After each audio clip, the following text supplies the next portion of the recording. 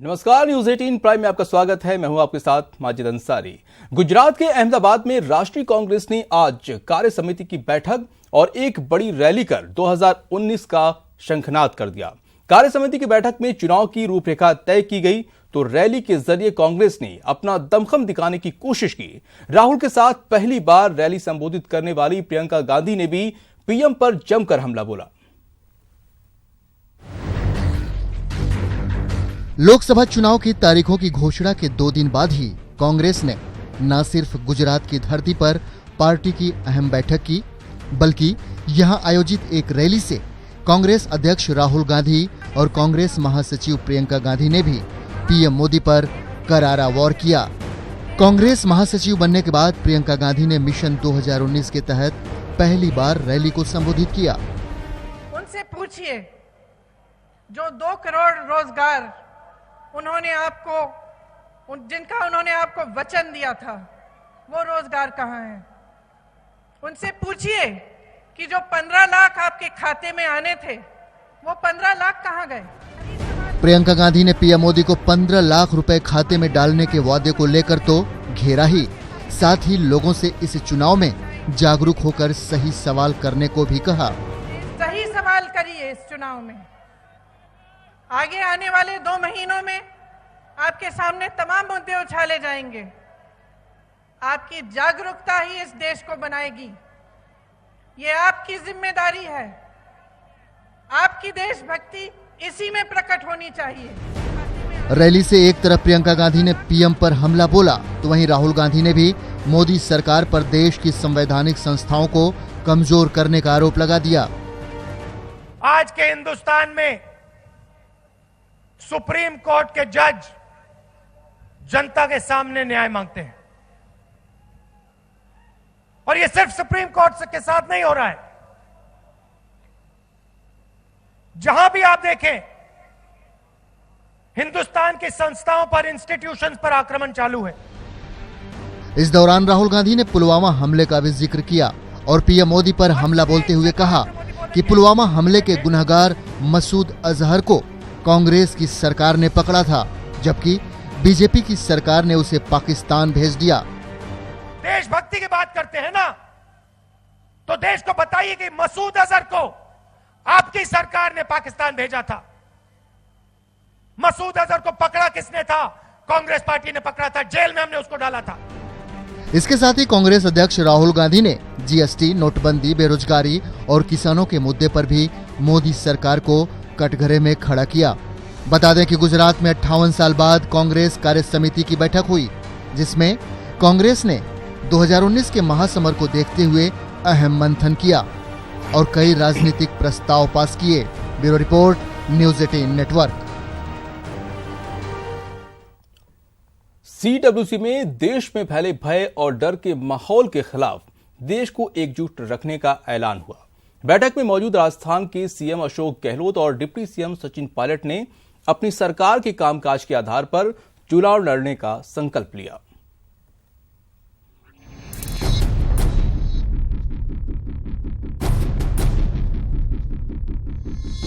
अहमदाबाद में कांग्रेस की रणनीति, भय और आतंक के खिलाफ हल्ला बोल, बीजेपी को कांग्रेस की कड़ी चुनौती। भय का, आतंक का माहौल बनेगा और विश्वास का माहौल बनेगा। जो भय और आतंक भाजपा की सरकार ने कायम किया पूरे देश भर में। चुनाव के ऐलान के 2 दिन बाद कांग्रेस ने गांधी की धरती से महासमर के लिए अपनी रणनीति साफ की। कांग्रेस का दावा है कि पार्टी देश भर में फैले भय और आतंक के खिलाफ जनता के साथ खड़ी है और हर हाल में जनता के हितों की रक्षा करेगी। धरती पर वर्किंग कमेटी होना महत्व रखता है, क्योंकि जिस प्रकार देश के हालात बन गए हैं मोदी जी के राज के अंदर, किसी को उम्मीद नहीं थी कि ऐसा भय का, आतंक का माहौल बनेगा और विश्वास का माहौल बनेगा। और ये धरती वो है जहाँ अहिंसा का मैसेज हुआ है पूरी दुनिया को। अहमदाबाद पहुंचे राजस्थान के सीएम अशोक गहलोत ने साफ किया कि राहुल गांधी की राजनीति हमेशा ही शांति और सद्भाव की रही है और राहुल के इसी संदेश के आधार पर पार्टी आगामी लोकसभा चुनाव लड़ेगी। माननीय अध्यक्ष हैं कांग्रेस के, वो चाहते हैं कि हमारा किसी से अदावत नहीं है, कोई पार्टी से ना किसी से कोई हमारी दुश्मनी है। संघर्ष है प्रिंसिपल पॉलिसी प्रोग्राम का, देश के लिए कौन क्या करना चाहता है, उसके आधार पर राजनीति होनी चाहिए, उसके आधार पर कैंपेन होना चाहिए। कांग्रेस का संकेत साफ है कि 5 साल की नाकामी छिपाने के लिए बीजेपी राष्ट्रवाद और भावनात्मक मुद्दे को उछालकर लोगों को भरमाना चाहती है। कि आप ध्यान डाइवर्ट करो, भावनात्मक मुद्दे लो, राष्ट्रवाद की बात करो। कोई राष्ट्रवादी, सभी राष्ट्रवादी है देश के अंदर, पर जो इस प्रकार की राजनीति धर्म के नाम पर कर रहे हैं, राष्ट्रवाद के नाम पे कर रहे हैं, उससे कोई लोकतंत्र में जो एक संदेश जाना चाहिए कि आप चाहते क्या हो, उसकी बजाय आप ध्यान डाइवर्ट करके भावनात्मक मुद्दे लेके चुनाव जीतना चाहते हैं, तो देश की जनता समझ चुकी है आपकी चालों को। अभी जो चुनाव की घोषणा हो चुकी है, जो भय और आतंक भाजपा की सरकार ने कायम किया पूरे देश भर में, उससे लोग अब संभल गए हैं और मुझे लगता है कि जो मूलभूत मुद्दे हैं किसानों के, नौजवानों के, महंगाई के, बेरोजगारी के, उन मुद्दों पर जनता सरकार से जवाब मांगेगी। जिस तरह 3 राज्यों में कांग्रेस पार्टी जीती है, मध्य प्रदेश में, छत्तीसगढ़, राजस्थान के अंदर, वो आने वाले समय का संकेत है और मुझे पूरा विश्वास है कि यूपीए हमारे तमाम साथीगण एक पूर्ण बहुमत की सरकार देश में कायम करेंगे। वहीं डिप्टी सीएम सचिन पायलट का आरोप है कि बीजेपी सेना को राजनीति में घसीटकर वोट लेने की चाहत रखती है, जबकि कांग्रेस ने सबसे ज्यादा आतंक के खिलाफ लड़ाई लड़ी और कुर्बानी दी है। कोई पॉलिटिक्स नहीं करती, हमारी पार्टी देश की एकता अखंडता के लिए मजबूत है। पिछले 70 सालों में कांग्रेस पार्टी के नेताओं ने शहादत दी है, बलिदान दिया है, हमारे 2 प्रधानमंत्रियों की हत्या की है। आतंकवाद के खिलाफ लड़ना कांग्रेस ने कभी किसी से सीखा नहीं है। आज जो लोग सत्ता में बैठे हैं वो मुद्दों से ध्यान भटकाने के लिए इस प्रकार की बातें करते हैं। आज पेट्रोल तेल के क्या दाम हैं, बेरोजगारी कितनी बढ़ गई है, आत्महत्या किसान कर रहे हैं और पूरे देश में आंदोलन हो रहा है, उससे ध्यान भटकाने के लिए इस प्रकार की बातें की जाती हैं। देश की सेना हम सबकी सेना है, पूरे मुल्क की सेना है। मुझे नहीं लगता कि इस प्रकार के भाषण देने से जनता का ध्यान भटकने वाला है। मतलब साफ है कि कांग्रेस के लिए ये वापसी का अंतिम बड़ा मौका है और इसके लिए कांग्रेस भी पीछे हटने को तैयार नहीं दिखती। पाकिस्तान पर एयर स्ट्राइक से बदले माहौल में जिस तरह से बीजेपी आक्रामक हो रही है, उसका जवाब देने के लिए कांग्रेस ने भी वही तेवर अपनाने की नीति पर मुहर लगा दी है। Bureau report, news 18 network. Maharashtra और यूपी से कांग्रेस को दोहरा झटका मिला है। जहां फायदा वहीं जाएगा के फार्मूले पर महाराष्ट्र में नेता विपक्ष के बेटे बीजेपी में शामिल हुए, वहीं मायावती ने कांग्रेस के साथ गठबंधन के साथ सभी रास्ते बंद कर दिए।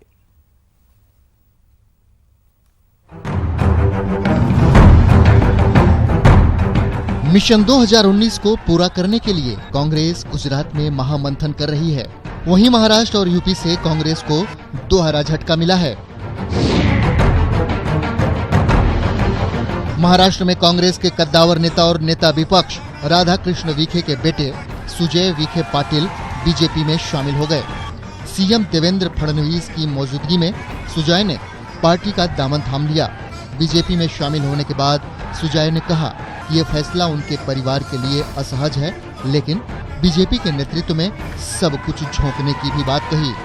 मुझे खुशी है कि ये फैसला मैं ले पाया। दुख भी है कि मेरे फैमिली के खिलाफ जाके लेना पड़ा, लेकिन आज मैं भारतीय जनता पार्टी आने के बाद ये फैसला बहुत दिनों से मेरे मन में था, आज मैं ले पाया तो मेरा मन हल्का हो गया। वहीं बीजेपी की राज्य इकाई ने लगे हाथ लोकसभा की उम्मीदवारी के लिए सुजय का नाम केंद्रीय संसदीय बोर्ड के पास भी भेज दिया। सूत्रों का मानना है कि सुजय को अहमदनगर लोकसभा सीट से चुनाव लड़ाया जा सकता है, क्योंकि अहमदनगर सीट विखे पाटिल परिवार का गढ़ माना जाता है। फिलहाल अहमदनगर सीट बीजेपी के पास है। 2014 में एनसीपी यहां दूसरे नंबर पे थी। अब की बार कांग्रेस एनसीपी में गठबंधन के तहत एनसीपी ने कांग्रेस को अहमदनगर सीट देने से इनकार कर दिया, इसलिए सुजय ने बीजेपी का दामन थाम लिया। माना जा रहा है कि महाराष्ट्र में कई कांग्रेसी नेता बीजेपी में शामिल हो सकते हैं। और ऐसे बहुत सारे भी नेता है कि आपको एक के पीछे एक नाम आपको मालूम पड़ेंगे कि कांग्रेस से, राष्ट्रवादी कांग्रेस से सभी लोग बाहर आ रहे हैं, भारतीय जनता पार्टी में प्रवेश कर रहे हैं। वहीं बीएसपी प्रमुख मायावती ने भी कांग्रेस को झटका दिया है। मायावती ने 2 टूक शब्दों में जवाब दे दिया है कि यूपी ही नहीं, पूरे देश में भी कांग्रेस के साथ गठबंधन नहीं होगा। बीएसपी किसी भी राज्य में कांग्रेस पार्टी के साथ किसी भी प्रकार का कोई चुनावी समझौता अथवा तालमेल करके यह चुनाव नहीं लड़ेगी। दरअसल कांग्रेस ने यूपी की 11 सीटों पर अपने उम्मीदवारों की सूची जारी कर दी है।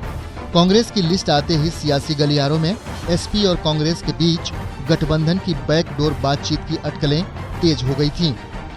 अब मायावती के बयान के बाद गठबंधन की अटकलों पर विराम तो लग ही गया, साथ ही कांग्रेस एसपी की सॉफ्ट दोस्ती को भी कड़े संदेश दे दिया। Bureau report, news 18 network. Mumbai के बांद्रा कुर्ला कॉम्प्लेक्स के जियो वर्ल्ड सेंटर में मनमोहक म्यूजिकल फाउंडेशन शो का आयोजन हुआ, जो की शुरुआत गणेश वंदना से हुई, जिसमें आरआईएल के चेयरमैन मुकेश अंबानी और रिलायंस फाउंडेशन की चेयरपर्सन नीता अंबानी भी मौजूद थीं। धीरूभाई अंबानी स्क्वायर में संगीत के साथ रंग बिरंगे फव्वारों के शानदार शो को भारतीय सेना और पुलिस के जवानों के परिवारों को समर्पित किया गया। बता दें कि धीरूभाई अंबानी स्क्वायर जियो वर्ल्ड सेंटर का हिस्सा है, जो एक विश्व स्तरीय बहुउपयोगी सुविधाओं से लैस है। इस स्क्वायर का उद्घाटन रिलायंस फाउंडेशन की चेयरपर्सन नीता अंबानी ने पिछले हफ्ते 7 मार्च को किया था, जिसमें अलग अलग संस्थाओं के 2000 बच्चों ने खाने के साथ म्यूजिकल फाउंटेन का लुत्फ उठाया। And the entire Reliance Parivar, Namaskar, good evening, and a very warm welcome to each and every one of you. Let us all invoke Lord Krishna and seek his blessings. Jai Shri Krishna, Jai Hind. की मिट्टी में भक्ति भी है और शक्ति भी। आज दुनिया में ऐसी कोई ताकत नहीं जो हिंदुस्तान की ओर बुरी नजर से देखने की हिम्मत करे। आज विश्व भर में भारत को जो मान सम्मान मिल रहा है, उसका सबसे बड़ा कारण है हमारी बहादुर सेना। Your courage, your bravery, your ultimate sacrifice keeps our nation and our families safe every day. The Ambani family and the entire Reliance family salutes our forces and your family. अब बात उस जन्नत की जहां लंबी छुट्टियों के बाद स्कूल खुले तो बच्चे स्कूल जाने के लिए दौड़ पड़े। मौसम की मार भी उनके बढ़ते कदमों को रोक नहीं पाई। हर बच्चे की जुबान पर सिर्फ एक ही बात नजर आई, हमको तो सिर्फ स्कूल में ही असल सुकून है। हमारा पहला दिन है स्कूल जाने का, इसीलिए हम खुशी खुशी से स्कूल जा रहे हैं। बहुत अच्छा लगा कि हम 3 मार्च के बाद स्कूल आ रहे हैं। जन्नत कश्मीर में बर्फबारी का ऐसा खूबसूरत नजारा तो आम हो चला है। वादी में जब ऐसी बर्फबारी होती है तो जन्नत की खूबसूरती में 4 चांद लग जाते हैं। हर कोई सफेद चांदी से ढके स्वर्ग का दीदार करना चाहता है, लेकिन ऐसे खूबसूरत नजारे में जन्नत का ऐसा जोश और जज्बा देखना यकीनन काबिले तारीफ है। ये हौसला बेहद हैरान करता है, क्योंकि इस मासूमों पर मौसम की मार हो रही है, लेकिन नन्हे कदम तो हर हाल में अपने स्कूल के सफर पर निकले हैं। वादी गुरेज में इस सफर के दरमियान बर्फबारी बड़ी बाधा जरूर बन रही है, लेकिन इन बच्चों के जोशो जुनून के सामने ये बर्फबारी महज रुई के फाहे के समान है। ऐसे में मौसम में स्कूल जाने में इन्हें कोई गुरेज नहीं। पीठ पर स्कूल बैग, एक दूसरे का साथ और स्कूल की तरफ सर्दी का सितम और सांसें जमा देने वाला स्नोफॉल भी स्कूल की तरफ बढ़ते इन कदमों को नहीं रोक पा रहा है, क्योंकि लंबे इंतजार के बाद स्कूल जाने का मौका मिला है। कश्मीर में 3 महीने बाद सभी स्कूल खुले हैं। पिछले साल दिसंबर में स्कूल बंद किए गए थे। बर्फबारी की वजह से कई बार छुट्टियां बढ़ाई गई। मार्च के महीने में भी जमकर बर्फबारी हो रही है। जगह जगह रास्ते में कई फुट बर्फ जमा हो गई है। अब बर्फबारी के बीच 3 महीने बाद स्कूल खुले हैं, लेकिन बावजूद इसके पहले दिन स्कूल को लेकर बच्चों में खासा क्रेज नजर आया। स्कूल को लेकर इन बच्चों में खासा क्रेज, और इस क्रेज को ये बच्चे कुछ यूं बयां कर रहे हैं। आज बर्फबारी भी हो रही है, सर्दी भी बहुत है। आज हमारा पहला दिन है स्कूल जाने का, इसीलिए हम खुशी खुशी से स्कूल जा रहे हैं। स्कूल को लेकर ऐसा क्रेज सिर्फ गुरेज में नहीं बल्कि हर जगह नजर आया। श्रीनगर में जब 3 महीने बाद स्कूल खुले तो सभी बच्चों के चेहरे खिल उठे। 3 मंथ्स के बाद आज हम लोग स्कूल आए हैं। घर में बहुत ज़्यादा बोर हो गए थे। हालांकि आज मौसम भी बहुत रेनी है, मगर आज हमें बहुत खुशी हुई है क्योंकि 3 मंथ्स के बाद स्कूल आए हैं। ताल होते हैं बहुत सारे, और पिछले हफ्ते ही बहुत ताल हुए थे, उसकी वजह से हमारा फोकस थोड़ा कम रहेगा। मुझे बहुत अच्छा लगा कि हम 3 मंथ्स के बाद स्कूल आ रहे हैं। बहुत एक्साइटमेंट हुई, हमें 3 मंथ्स के बाद स्कूल जाना है। टीचर से मिले, फ्रेंड से मिले, बहुत एक्साइटमेंट हुई। 3 महीने घर बैठकर जैसे तैसे काटे, लेकिन असली सुकून तो स्कूल में ही मिलता है। कभी कुदरत की मार ने तो कभी सुलगते हालात ने पाठशाला पर पाबंदी लगाई, लेकिन स्कूल का ऐसा क्रेज वादी के हर बच्चे की जुबान पर एक सा है, ना डरेंगे ना रुकेंगे, हर हाल में स्कूल चलेंगे। बर्फबारी से गुरेज नहीं, हालात से हारेंगे नहीं, क्योंकि स्कूल है तो हमको असल सुकून है। Bureau report, news 18 network. और फिलहाल इस बुलेटिन में इतना ही। दीजिए इजाजत, नमस्कार।